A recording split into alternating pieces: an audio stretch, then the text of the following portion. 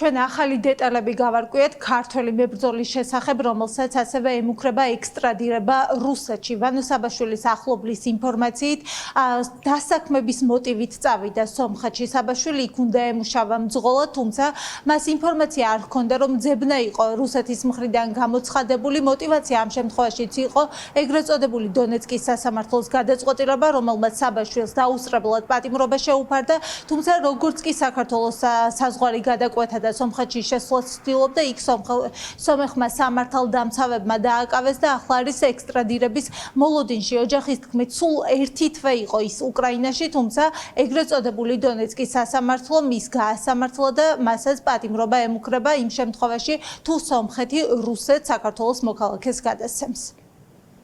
უკრაინაში წავიდა, ბავშვებსა და ქალებს უნდა დავეხმარო. მაგის გამო დააკავეს. თუ პატარებს უნდა დახმარებოდა. ჩემი ახლოვი, მათისავი. უკრაინაში ერთი თვე იყო.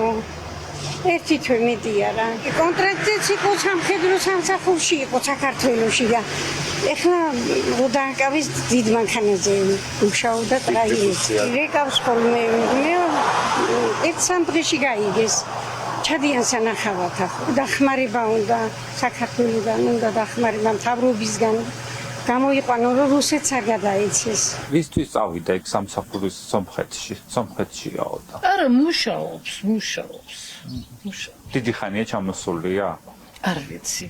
ჩვენ როგორც გავარკვიეთ, ახლა სომხეთში ადვოკატები ოჯახისგან ელოდებიან დამატებითი ინფორმაციის და დოკუმენტაციის გადაცემას, რადგან გაუმარტივდეთ საბაშვილის დაცვა. შესაბამისად, იწურება დღეები საექსტრადიაციო პატიმრობის, ამიტომ ახლა ადვოკატები ცდილობენ, რომ უფრო მეტი ინფორმაცია მიაწოდონ სომხურ მხარეს იმისთვის, რომ თავიდან აირიდონ ქართველის რუსეთში ექსტრადირება.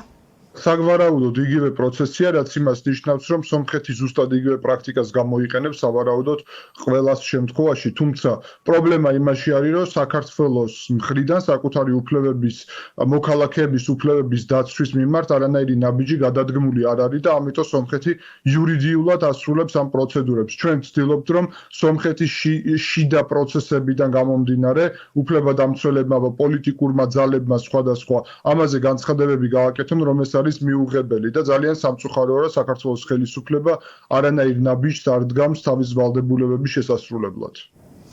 ეს უკვე მეორე მოქალაქეა, რომელსაც რუსეთში ექსტრადირება ელოდება, საექსტრადიაციო პატიმრობის ვადა იწურება, ამიტომ ახლა ოჯახები ელოდებიან სომხეთის გადაწყვეტილებას, გაათავისუფლებენ და მისცემენ საქართველოში დაბრუნების შესაძლებლობას თუ რუსეთის სასარგებლო გადაწყვეტილებას მიიღებენ.